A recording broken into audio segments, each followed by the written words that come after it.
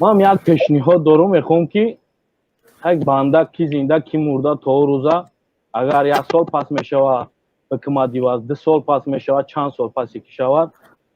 تا وقتی که زنده کی مرده هم پیشنهاد همین یک زوپارکی دیکتاتورو کدان در کره زوپارکی دیکتاتورو هم به مثل زوپارک کلیتکا полный мақсад президент ҷумҳурии тоҷикистон фалон фалон фалон бачаш фалон фалон кадомое ки золиманд зулм кардан ба ҳамин миллат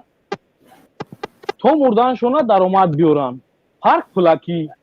мақсад яксимӣ бидроянд агар 9 миллион аҳолӣ 9 миллион сомон ман боварӣ комил дорам ки аз тамоми давлати дунё тамошо меоянд дар ҷаҳон хеле парк нест хеле چی میگن زوپارکی دیکتاتوری در جهان نیست من فکر نکنم در یگان جا باشد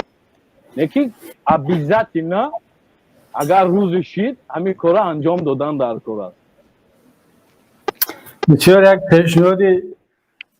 هم خنده‌آور است هم کریاتیوی هست و پیشنهاد جالب است در عموم برادر عزیز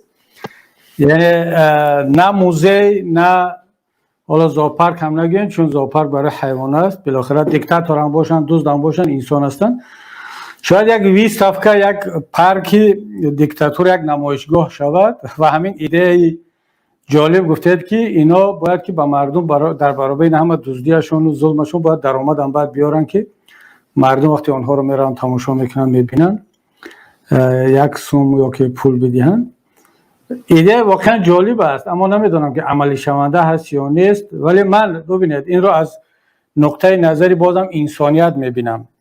کمترین کاری که حقوق انسان رو پامال میکند کرامت و شرافت انسان رو پامال میکند حتی جنایتکار باشد حتی دیکتاتور باشد حتی امام علی رحمان و یتیم فهم باشد رمضان رحیم زاده باشد من راضی نیستم که با کرامت و شرافت آنها لطمه وارد شود اونها بالاخره انسان هستند امروز در زندان‌های تاجیکستان وقتی که یک نفر زندانی شد برای رمضان رحیم زاده یتیموف یوسف رحمان برای امام علی رحمان اونا دیگه تروریستن خائنن برای آنها اینا جنایتکارن اینا دیگه انسان نیستن باید اونا از همه چی محروم باشد از اونا را لطکو میکنن تحقیر میکنن خانواده‌شون رو میارن اذیت میکنن و اونها رو مجبور میکنن که بیاد حتی در تلویزیون علیه خویش و تبار خودش و علیه خودش بیانات بدهد از این یک مصیبت است کرامت و شرافت انسان رو میشکنن من فکر میکنم که در کلیدکا یا در یک قفس گرفتن یک انسان و اون رو نمایش دادن به دیگران که رحمانوف این کار کرده ایستاده است این تحقیر کردن انسانیت است باز تکرار میکنم جنایتکارم انسان است اون تا وقتی که جنایت کرده است و محکوم شد با قانون اون یک جنایتکار است ولی انسان است باید شرف انسانی و کرامت انسانی او پامال نشود از این نگاه من جنبه کریاتیوی و این عجیب بودن پیشنهاد شما را قبول دارم که یک موزه باید باشد حتما این موزه می شود موزه دیکتاتور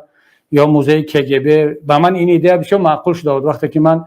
در ویلنیوس رفتم تماشا کردم و اون جاهایی که در بینای کگب هست واقعا آدم وقتی او رو تصور میکند الان من فکر میکنم که محمد علی در چه حال است که چند مدت شد خبری نداریم از محمد علی این تاجیکستان یگانه کشوری هست که بعد از کره شمالی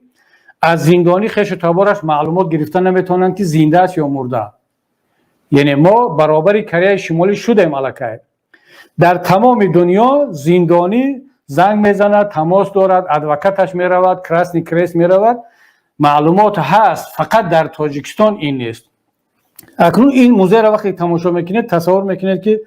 برادران ما در زندان چگونه هستند و این را باید ملت درک کند ببیند اما من حالا بالای این پیشنهاد باید فکر کرد که در کدام شکل باید عملی شود که شرافت و کرامت انسانی پامال نشود برادر عزیز تشکر برای پیشنهاد خوبتون